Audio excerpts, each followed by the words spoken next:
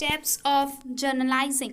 Watch the full video to know about the steps of journalizing in detail and some tricks for it to remember it always. And if you like the video, then like, share and subscribe. Step 1. Ascertain the accounts that are affected by our transaction. सबसे पहले first step में हमको accounts find out करने जो कि transaction में effect हुए हैं. For example, machinery purchase for cash. Here the two affected accounts are machinery account and cash account. And in Hindi यहाँ पे एग्जाम्पल है मशीनरी परचेज फॉर कैश, जिसका मतलब हमने मशीनरी खरीदी है कैश में. तो क्या हुआ है कि मशीनरी आ रही है कैश में, तो मशीनरी अकाउंट और कैश अकाउंट यहाँ पे दो अकाउंट इफेक्ट होंगे. स्टेप 1 में हमको सिर्फ और सिर्फ अकाउंट्स को फाइंड आउट करना है बस. Step 2. ascertain the nature of accounts that are affected. That means find out that they are personal, real और nominal. अब हमने फर्स्ट स्टेप में फाइंड आउट कर लिया कि दो अकाउंट्स कौन से इफेक्ट होंगे. फाइंड आउट करने के बाद अब हम ये फाइंड आउट करेंगे कि वो किस टाइप के हैं, उनका नेचर क्या है, कि वो पर्सनल है, रियल है या नॉमिनल है. अगर आपको जानना है कि पर्सनल, रियल और नॉमिनल क्या होता है तो वीडियो पोस्ट किए हुए हैं, you can watch that. For example, machinery purchase for cash. दो हमने यहाँ पे दो अकाउंट्स फाइंड आउट किए थे, एक था मशीनरी और एक cash. Here machinery account is a real account because it is an asset and cash account is also an real account. यहाँ पे मशीनरी अकाउंट एक रियल अकाउंट है और कैश अकाउंट भी एक रियल अकाउंट है. Step 3. Ascertain the account to be debited or credited by applying the rules of debit and credit. अब हमने पहले फाइंड आउट कर लिया स्टेप 1 में कि कौन से दो अकाउंट इफेक्ट होंगे. स्टेप 2 में पता लगा लिया कि वो रियल है, नॉमिनल है या पर्सनल है, मतलब उनका नेचर पता लगा लिया. तो अब थर्ड स्टेप में हम पता लगाएंगे कि कौन सा अकाउंट डेबिट होगा और कौन सा अकाउंट क्रेडिट होगा. डेबिट और क्रेडिट के कुछ रूल्स होते हैं, उनको फॉलो करके. तो example, machinery purchase for cash. Here machinery account will be debited because according to the rule of debit what comes is because according to the rule of real account what comes in is debited, and cash account will be credited because according to the rule of real account what goes out from business is credited. So here cash account will be credited. Example है machinery purchase for cash. Machinery लाई गई cash में, तो machinery हमारे business में आ रही है. Real account का रूल कहता है जो आता है उसे डेबिट करो, इसलिए मशीनरी अकाउंट को हम कर देंगे डेबिट और कैश जा रहा है हमारे बिजनेस से. रियल अकाउंट का रूल बोलता है जो भी बिजनेस से जा रहा है उसे तुम क्रेडिट करो, इसलिए हमने कैश अकाउंट को कर दिया क्रेडिट. तो स्टेप 3 में पता लगाना है कि कौन सा अकाउंट डेबिट होगा, कौन सा अकाउंट क्रेडिट होगा. Step 4. Determine the amount by which the accounts are to be debited and credited. अब थर्ड स्टेप में हमने फाइंड आउट कर लिया कि कौन सा अकाउंट हमको करना है डेबिट, कौन सा अकाउंट हमको करना है क्रेडिट. फोर्थ स्टेप में हम ये फाइंड आउट करेंगे कि कितने अमाउंट से वो अकाउंट डेबिट होगा और कितने अमाउंट से वो अकाउंट क्रेडिट होगा. Example wise, machinery purchase for cash ₹6,000. इसका मतलब ये कि मशीनरी लाई गई, कितने की मशीनरी, 6,000 की. तो इससे हमको समझ आ गया कि 6,000 से मशीनरी अकाउंट को डेबिट करेंगे, मतलब डेबिट कॉलम में मशीनरी के सामने हम लिख देंगे 6,000. और कैश, हमने कैश दिया कितना, 6,000. कैश क्रेडिट हुआ है, इसका मतलब हम क्रेडिट कॉलम में कैश के सामने डाल देंगे 6,000. Example, machinery purchase for cash ₹6,000. Here the machinery has been purchased with ₹6,000. That means the machinery account will be debited with ₹6,000 and the amount 6,000 will be written in debit column in front of machinery account, and the cash is going out of business is rupees 6,000. That means cash account is credited with rupees 6,000. So in the credit column in the front of cash account 6,000 will be entered. मतलब बस हमको इसमें find out करना है कि क्या क्या amount लिखे जाएंगे डेबिट और क्रेडिट में, कितने अमाउंट से वो अकाउंट डेबिट या क्रेडिट हुए हैं.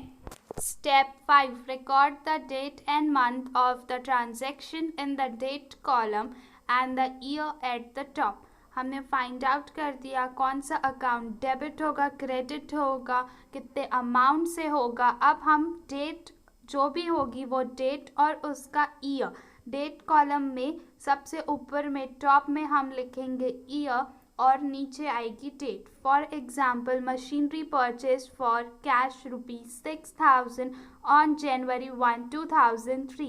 Here year is 2003 will be written on top of the date column and January 5 is the date. It will be written below the year 2003. That means example है machinery purchase for cash rupees 6,000 on January 5, 2003. January 5, 2003 में एक machinery खरीदी गई. अब यहाँ पे step 5 में हमको रिकॉर्ड करना है डेट और मंथ. डेट कॉलम में ऊपर में ईयर डालना है, उसके नीचे डेट डालना. तो ये मशीनरी ईयर है 2003, तो डेट कॉलम में टॉप में आ जाएगा ईयर 2003, उसके नीचे आ जाएगी डेट जो है January 5.